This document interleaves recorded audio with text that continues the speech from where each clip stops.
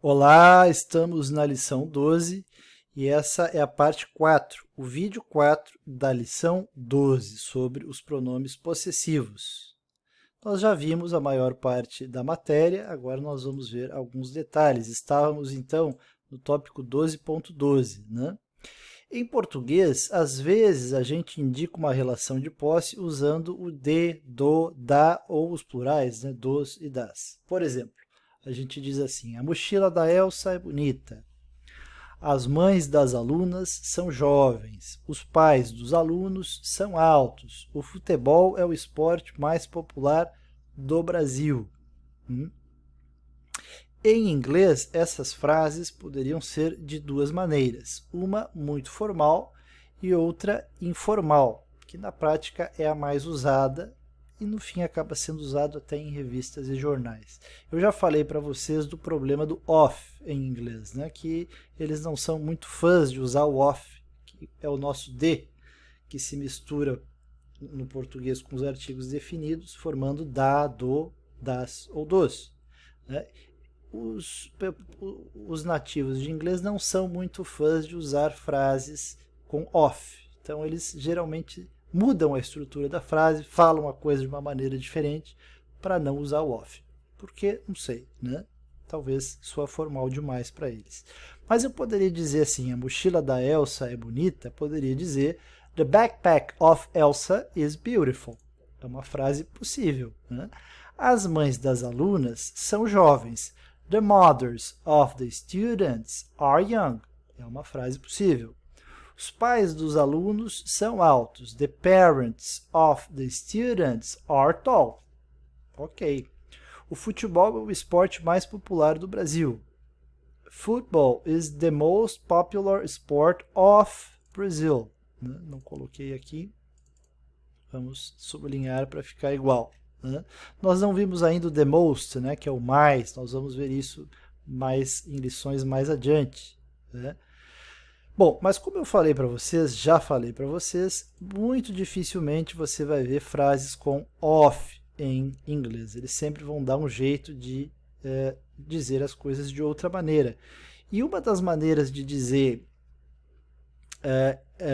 de indicar possessões em inglês, né, para evitar o uso do off, para evitar essa estrutura aqui, seria aquela historinha do apóstrofo S, depois da pessoa que tem a coisa, que possui a coisa, né? E em seguida a coisa possuída. Então, a mochila da Elsa é bonita, Elsa's backpack is beautiful. As mães das alunas são jovens, the students' mothers are young. Os pais dos alunos são altos, the students' parents are tall. Bom, aqui você percebe que como students, que é quem está na relação de posse aqui, né, como possuindo mães, como possuindo pais. Né?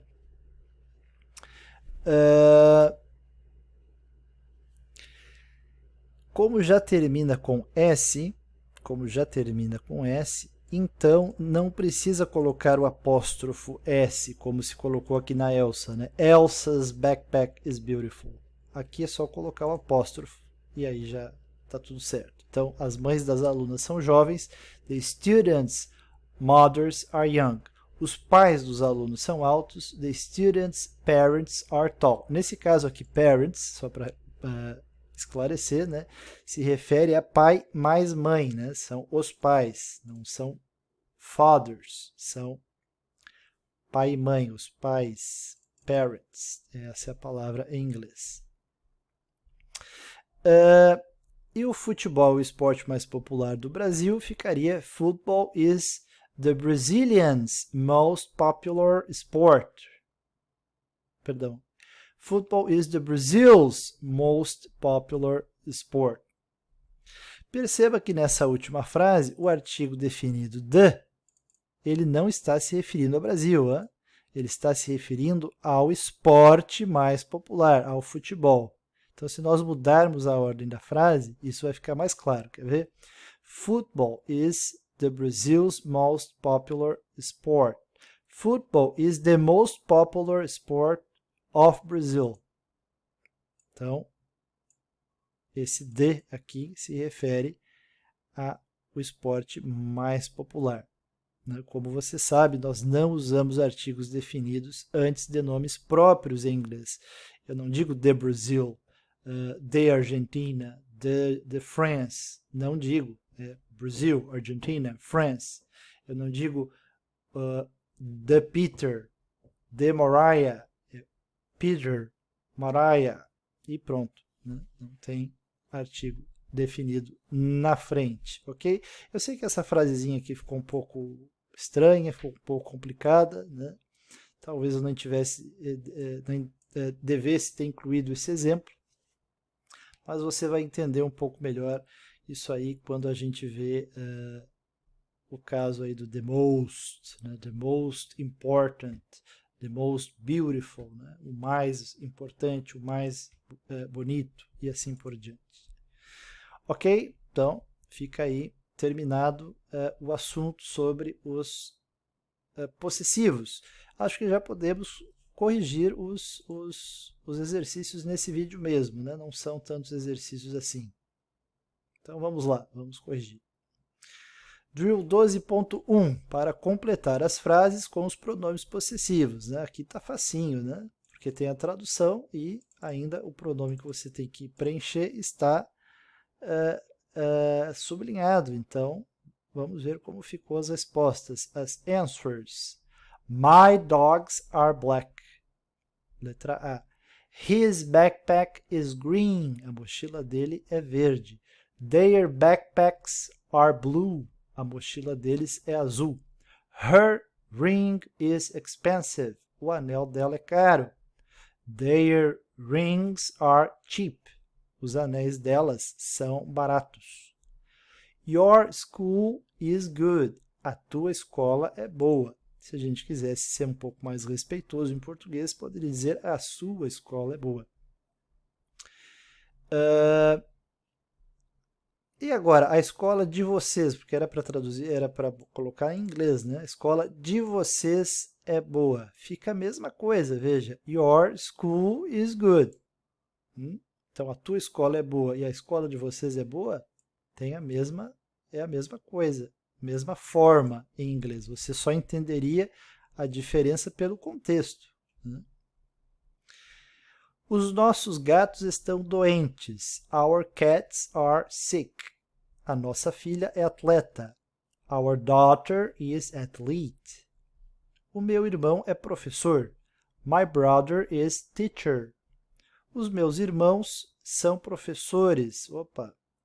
My brothers are teachers. O filho deles mora no Canadá. Their son lives in Canada. Os filhos deles moram no Canadá. Their sons live in Canada. Veja o que mudou aqui. Ó. Aqui é um filho só.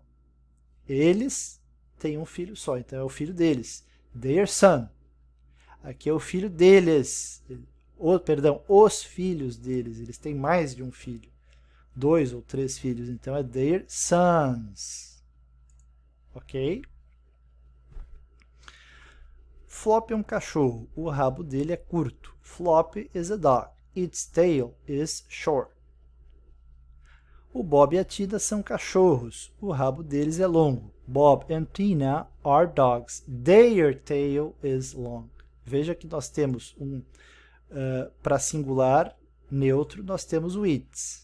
Né? Temos o her para o feminino, o his para o masculino e temos um próprio para o neutro, que é its. Mas quando é plural, é their para todo mundo. Para masculino, para feminino e para o neutro. Os pais dele moram na Alemanha. His parents live in Germany. A esposa dele é alta. His wife is tall. Os gatos dela são brancos. Her cats are white. A irmã dela é inteligente. Her sister is intelligent. Ok? Drill 12.12 pedia para traduzir para o português. Our dog is sick. O nosso cachorro está doente, ou cachorra, né? Our houses are big. As nossas casas são grandes. Their cousins are tall. Os primos deles são altos, ou os primos delas, né? Esse their pode ser deles ou delas. Jane's car is blue. O carro da Jane é azul. Oliver's eyes are green. Os olhos do Oliver são verdes. Aquele caso lá com apóstrofo S. E relembrando, se fosse uma coisa terminada em S, só colocaria o apóstrofo. Nós vimos no exemplo lá dos students, né? Por último, então, pedia para traduzir para o inglês, que é sempre mais difícil, né? Mas, como é o último exercício, você já vai estar mais afiado. A nossa casa é grande? Our house is big. Os nossos carros são bons? Our cars are good. O nosso carro é preto? Our car is black. A unha dela está quebrada. Her nail is broken. As unhas dela estão quebradas. Her nails are broken. Veja, que só mudou o quê? Agora não é unha singular, são unhas e, portanto, o verbo to be também, né, tem que passar para o plural. As unhas dela estão quebradas. Are. Aqui a unha dela está quebrada. Is. Né? F. O carro dele está quebrado. His car is broken. Os carros deles são pretos. Their cars are black. O Bob é um cachorro. O rabo dele é curto. Bob is a dog. His tail is short. O Bob e a Tina são cachorros. Os olhos deles são pretos. Bob and Tina are dogs. Their eyes are black. O meu relógio é caro. My watch is expensive. A tua camiseta é barata. Your t-shirt is cheap.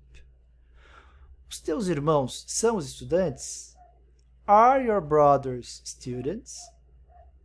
A casa da Jane é grande. Jane's house is big. Então, aquele outro padrão lá também para indicar possessão. Ok? Eu peço a vocês sempre fiquem antenados em vídeos extras que vão ajudar vocês a estudar inglês, né? Encontrar materiais bons, complementar o nosso curso. Você vê que o nosso curso ele é muito direto, muito objetivo, não tem diálogos, não tem, vamos dizer, simulações de situações reais, nós estamos indo direto ao ponto, né? Então, eu vou dar algumas dicas aí para complementar o nosso curso com outros materiais. De repente, até outros cursos do YouTube que possam ser bons. Eu não conheço, mas posso dar uma olhada, né? E peço para vocês sempre que tenham o caderninho de vocês de frases e anotem sempre as frases que vocês erraram nos exercícios.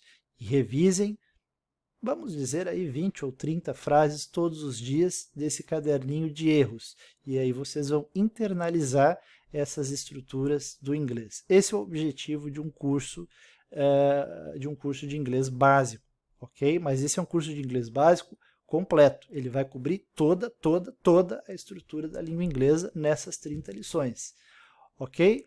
Muito obrigado e vejo vocês na lição 13. Até lá!